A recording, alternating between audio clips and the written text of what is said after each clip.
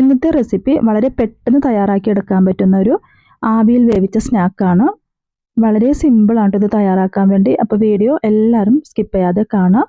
ഇതിനായിട്ട് ആദ്യം തന്നെ മിക്സിയുടെ ജാറിലേക്ക് 1 കപ്പ് റവ ചേർത്ത് കൊടുക്കുന്നുണ്ട്.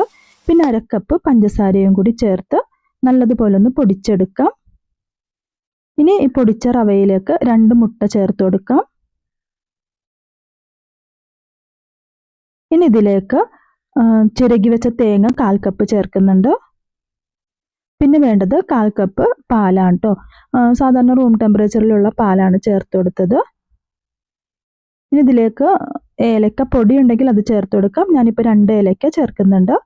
പിന്നെ ബട്ടറോ അല്ലെങ്കിൽ നെയ്യോ അല്ലെങ്കിൽ സൺഫ്ലവർ ഓയിലോ ചേർത്ത് കൊടുക്കാം.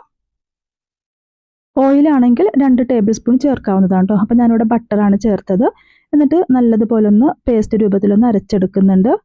ഇനിയിപ്പോൾ ഇത് വേറൊരു ബൗളിലേക്ക് മാറ്റി കൊടുക്കാം കേട്ടോ. അപ്പോൾ ബട്ടർ കുറച്ചുകൂടി മെൽറ്റ് ആവാനുണ്ട്. ബട്ടറാണ് കേട്ടോ ഒരു കട്ട പോലെ കിടക്കുന്നത്. അപ്പോൾ ഒരു ബൗളിലേക്ക് മാറ്റി കൊടുക്കുന്നുണ്ട്. പിന്നെ ഇതിലേക്ക് ഒരു പിഞ്ച് ബേക്കിംഗ് സോഡയും, അത് ഓപ്ഷണലാണ്, കുറച്ച് ഉപ്പും കൂടി ചേർത്ത് കൊടുക്കാം. പിഞ്ച് ഉപ്പാണ് ചേർത്തത്. എന്നിട്ട് നല്ലതുപോലെ ഒന്ന് മിക്സ് ചെയ്ത് കൊടുക്കാം കേട്ടോ. ബേക്കിംഗ് സോഡ ചേർക്കാൻ ഇഷ്ടമില്ലാത്തവർക്ക് സ്കിപ്പ് ചെയ്യാവുന്നതാണ്. കുറച്ചുകൂടി പൊങ്ങി വരാനാണ് ഞാൻ ബേക്കിംഗ് സോഡ ചേർത്തത്. ഇനി ഇതിലേക്ക് കുറച്ച് ക്രഷ് ചെയ്തെടുത്ത ഡേറ്റ്സ് ഉണ്ടല്ലോ, അത് ചേർക്കുന്നുണ്ട്. പിന്നെ വേണ്ടത് ഗ്രേറ്റ് ചെയ്തെടുത്ത ക്യാരറ്റും കൂടിയാണ്. ഇനി ഇത് രണ്ടും കൂടി നല്ലതുപോലെ ഒന്ന് മിക്സ് ചെയ്തെടുക്കാം. ഈ ഒരു ബാറ്റർ നല്ല തിക്കായിട്ടാണ് തോന്നുന്നതെങ്കിൽ കുറച്ച് പാല് ചേർത്ത് കൊടുക്കാവുന്നതാണ് കേട്ടോ. അപ്പം ഞാനിവിടെ കുറച്ചുകൂടി പാല് ചേർക്കുന്നുണ്ട്. ചെറുതായിട്ടൊന്ന് ലൂസാക്കി എടുക്കുന്നുണ്ട്. അപ്പോൾ നല്ലതുപോലെ എല്ലാം കൂടി മിക്സ് ചെയ്തെടുക്കുന്നുണ്ട്. അപ്പോൾ ദാ ഈ ഒരു കൺസിസ്റ്റൻസിയിലാണ് കേട്ടോ ചെയ്തെടുത്തേക്കുന്നത്. ഇനിയിപ്പോൾ ഈ ഒരു മാവ് ഒഴിച്ചു കൊടുക്കാൻ വേണ്ടി ഇതുപോലുള്ള ബൗൾസാണ് എടുത്തിരിക്കുന്നത്.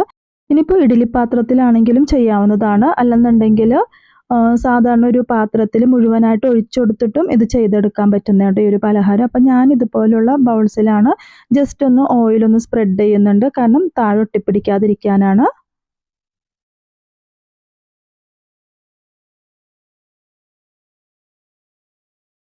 ഇനി ഈ ഒരു മാവ് ഒരു തവി ഉപയോഗിച്ച് ഒരു 1/4 ഭാഗത്തോളമാണ് ഇടുന്നത്. കാരണം ബേക്കിംഗ് സോഡ ചേർത്തതുകൊണ്ട് തന്നെ കുറച്ച് പൊങ്ങി വരും കേട്ടോ. അപ്പം ഞാനിവിടെ ഒരു 1/4 ഭാഗത്തോളം മാവ് ഒഴിച്ചു കൊടുക്കുന്നുണ്ട് എല്ലാത്തിലുമായിട്ട്. ഇനിയിപ്പോൾ എല്ലാം ഒഴിച്ചു കൊടുത്തിട്ടുണ്ട്. പിന്നെ നമുക്കിനി ഇതിൻ്റെ മുകളിലായിട്ട് നട്ട്സൊക്കെ വെച്ച് ഡെക്കറേറ്റ് ചെയ്യാവുന്നതാണ്. അപ്പം ഞാനിവിടെ ബദാമാണ് കേട്ടോ പകുതി കട്ട് ചെയ്തത് വെച്ച് കൊടുക്കുന്നുണ്ട്. ക്യാഷ്നട്ട് ആണെങ്കിലും വെക്കാവുന്നതാണ്. ഇഷ്ടമുള്ള നട്ട്സ് ഇതിലേക്ക് ചേർത്ത് കൊടുക്കാം കേട്ടോ. പിസ്തയോ അങ്ങനെ എന്തെങ്കിലും ഉണ്ടെങ്കിൽ അതും ചേർക്കാവുന്നതാണ്. ഇനിയിപ്പോൾ നമുക്ക് ആവി കയറ്റിയെടുക്കാം. അപ്പോൾ ഒരു ആവിപ്പാത്രം വെച്ച് കൊടുത്തിട്ടുണ്ട്. ഇതിലേക്ക് ഓരോന്നായിട്ട് വെച്ച് കൊടുക്കാം കേട്ടോ. ഇനി അടച്ചു വെച്ച് 15 മിനിറ്റോളം കുക്ക് ചെയ്തെടുക്കാം. 15 മിനിറ്റ് മതി കേട്ടോ കുക്കായി വരാൻ വേണ്ടി. നല്ലതുപോലെ പൊങ്ങി വരും. 15 മിനിറ്റ് ആകുമ്പോൾ തന്നെ നമുക്ക് നോക്കാം ഇത് കുക്കായി വന്നിട്ടുണ്ടോ എന്ന്. എന്നിട്ട് ഓഫ് ചെയ്ത് കൊടുക്കാം. പിന്നെ ചൂടാറിയതിന് ശേഷം ഡിമോൾഡ് ചെയ്തെടുക്കാം കേട്ടോ. അപ്പോൾ ഇത് നല്ലതുപോലെ പൊങ്ങി വന്നിട്ടുണ്ട്. നല്ല സോഫ്റ്റ് ആയിട്ട് കിട്ടിയിട്ടുണ്ട്. വളരെ പെട്ടെന്ന് തയ്യാറാക്കാൻ പറ്റുന്ന ഒരു സ്നാക്ക് റെസിപ്പിയാണ്.